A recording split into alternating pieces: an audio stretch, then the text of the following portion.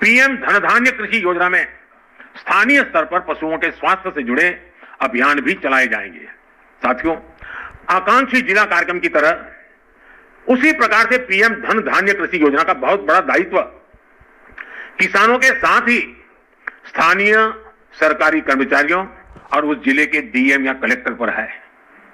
PM धन धान्य कृषि योजना का डिजाइन ऐसा है कि हर जिले की अपनी जरूरत के हिसाब से इसकी प्लानिंग में बदलाव लाया जा सकता है।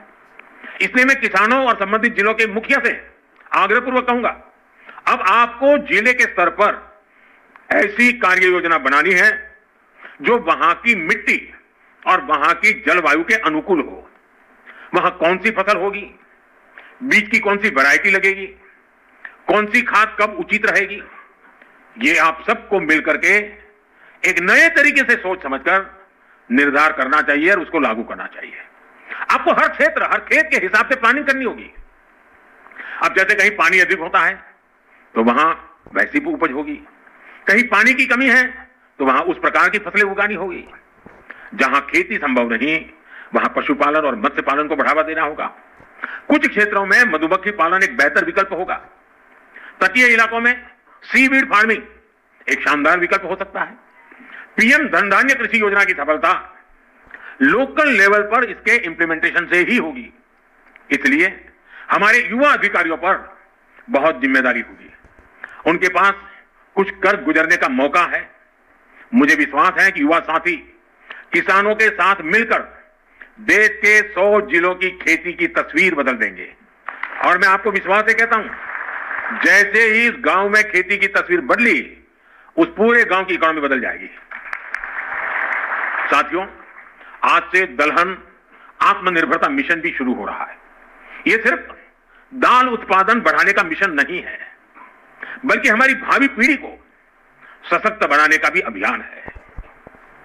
जैसे मैंने अभी पहले कहा, बीते सालों में भारत के किसानों ने रिकॉर्ड खाद्यान्न उत्पन्न किया है। गेहूं हो, धान हो, आज भारत दुनिया के सबसे बड़े उत्पादकों में से एक है। लेकिन साथियों, हमें आटे और चावल से भी आगे बढ़कर सोचना ही होगा। हम अपने घर में भी आटे और चावल से गुजारा नहीं करते, और भी चीजें जरूर पड़ती हैं। आटा चावल से भूख तो मिट सकती है, लेकिन पर्याप्त पोषण के लिए हमें और चीजों की जरूरत होती है। उसके लिए हमें योजना करनी होती है। आज भारत को, और खास करके जो वेजिटेरियन आदि प्रकृति के लोग हैं, उनके पोषण के लिए प्रोटीन बहुत महत्वपूर्ण है। अन्य भी चीजों की जरूरत होती है, उसमें प्रोटीन भी है। हमारे बच्चों को, हमारी भावी पीढ़ी को उनके शारीरिक विकास के लिए और उसके साथ मानसिक विकास के लिए भी प्रोटीन का उतना ही महत्व है। और स्वाभाविक है, खास करके जो वेजिटेरियन लोग हैं, और हमारे देश में काफी बड़ा समाज है, उनके लिए तो दाल ही प्रोटीन का सबसे बड़ा सोर्स होता है। परिस्थिति से उसका रास्ता होते हैं। लेकिन चुनौती यह भी है कि भारत आज भी, हम कृषि प्रधान देश तो है, लेकिन दुर्भाग्य देखिए, भारत आज भी इस प्रकार की आवश्यकताओं के लिए अपनी जरूरतें पूरी नहीं कर पा रहा है। आज देश बड़ी मात्रा में दाल का आयात करता है, दूसरे देशों से मंगाता है, और इसलिए दलहन आत्मनिर्भरता मिशन बहुत जरूरी है। साथियों, 11,000 करोड़ रुपए से अधिक का दलहन आत्मनिर्भरता मिशन इसमें किसानों की बहुत मदद करेगा। लक्ष्य यह है कि दाल की खेती में 35 लाख हेक्टेयर की वृद्धि हमें कैसे भी करके करनी है। इस मिशन के तहत तूर, उड़द और मसूर दाल की पैदावार बढ़ाई जाएगी। दाल की खरीद की उचित व्यवस्था की जाएगी। इससे देश के करीब 2 करोड़ दाल किसानों को सीधा लाभ होगा। थोड़ी देर पहले कुछ दाल किसानों से मेरी बातचीत हुई और मैंने देखा वो आत्मविश्वास से भरे हुए थे, बहुत उत्साहित है, और उनका स्वयं का अनुभव पूरा सफल रहा है। और उन्होंने कहा कि कई किसान अब देखने के लिए आते हैं कि इतना बड़ा कैसे कर लिया।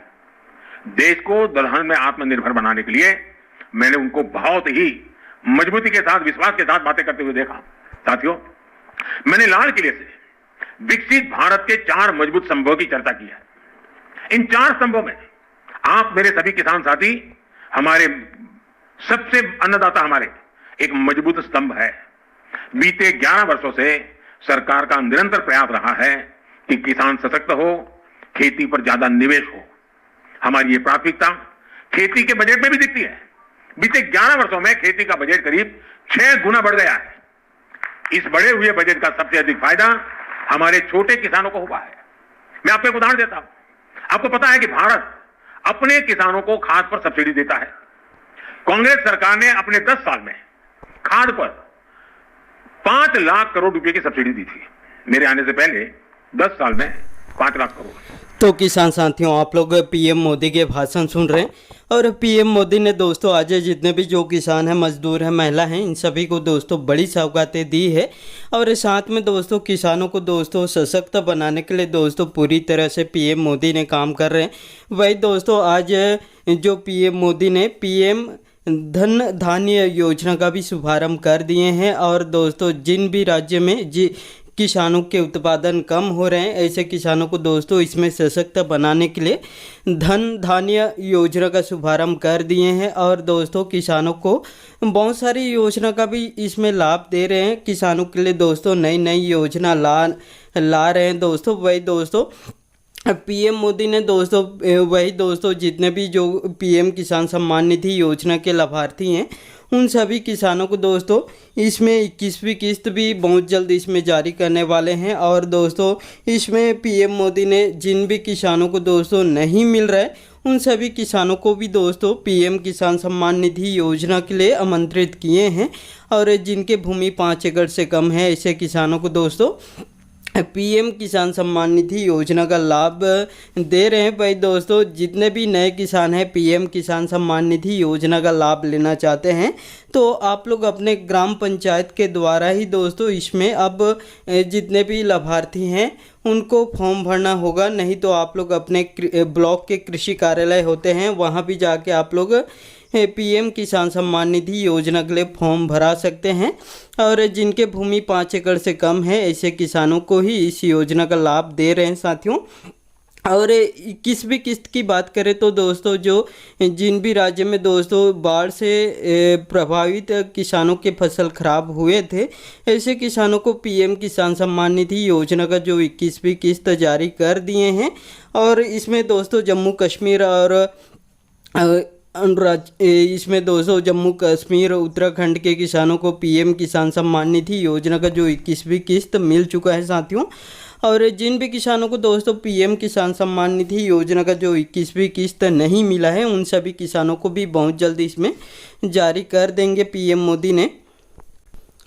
और पीएम किसान सम्मान निधि योजना के जितने भी लाभार्थी हैं और सभी राज्य का दोस्तों लिस्ट जारी हो चुका है।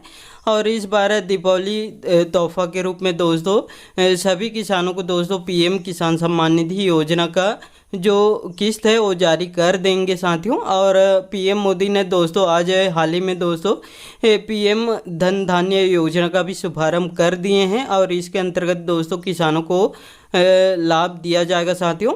वही दोस्तों महिलाओं की बात करें तो महिलाओं को लखपति दीदी बनाने वाली योजना चला रही है। इसके तहत अभी तक 2 करोड़ महिलाओं को इस योजना से जोड़े हैं। और आने वाले समय में दोस्तों देश के 3 करोड़ महिलाओं को इस योजना से जोड़े जाएंगे। और लगातार इसमें प्रयास भी कर रहे हैं। वही दोस्तों किसानों को फसल बीमा योजना का भी इसमें लाभ दे रहे हैं। और पहले चरण में 30 लाख किसानों को फसल बीमा योजना का राशि जारी किए हैं। लेकिन जितने भी बचे हुए किसान हैं जिनके फसल खराब हुए हैं, ऐसे किसानों को भी फसल बीमा योजना का राशि जारी करेंगे। और इसमें लगातार दोस्तों सर्वे कर रहे हैं, किसानों के खेत में जाके निरीक्षण कर रहे हैं, सर्वे कर रहे हैं कि फसल कैसे ख़राब हुई है, इसकी भी जानकारी ले रहे हैं। और जिनके प्राकृतिक कारणों से फसल खराब हुए हैं, ऐसे किसानों को फसल बीमा योजना का लाभ दिया जाएगा साथियों। और पीएम मोदी ने भी दोस्तों लगातार इसमें प्रयास कर रहे हैं, काम कर रहे हैं साथियों। और वही दोस्तों जितने भी बेरोज़गार युवा साथी हैं उनको भी दोस्तों रोजगार के अवसर उपलब्ध करा रहे हैं। और साथ में दोस्तों पीएम मोदी ने इसमें जितने भी जो गरीब परिवार हैं उनको फ्री में राशन भी देने का काम कर रहे हैं।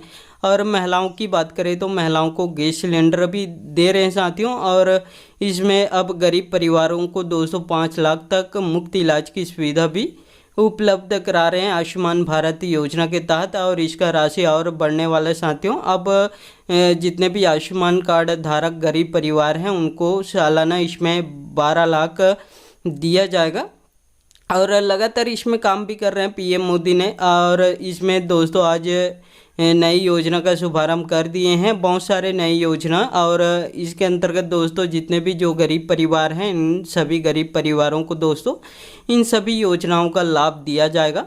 और आप लोग पीएम मोदी जी के भाषण सुन लिए हैं और इनके भाषण अच्छे लगे होंगे तो साथियों इस वीडियो को एक लाइक ज़रूर कर दीजिएगा। और जितने भी योजना चला रही है उन सभी योजनाओं का लाभ आपको मिल रहा है या नहीं मिल रहा है, कमेंट बॉक्स में कमेंट करके ज़रूर बताइएगा। और इस वीडियो में इतना ही। वीडियो अच्छा लगे तो वीडियो को लाइक करना मत भूलिएगा। धन्यवाद।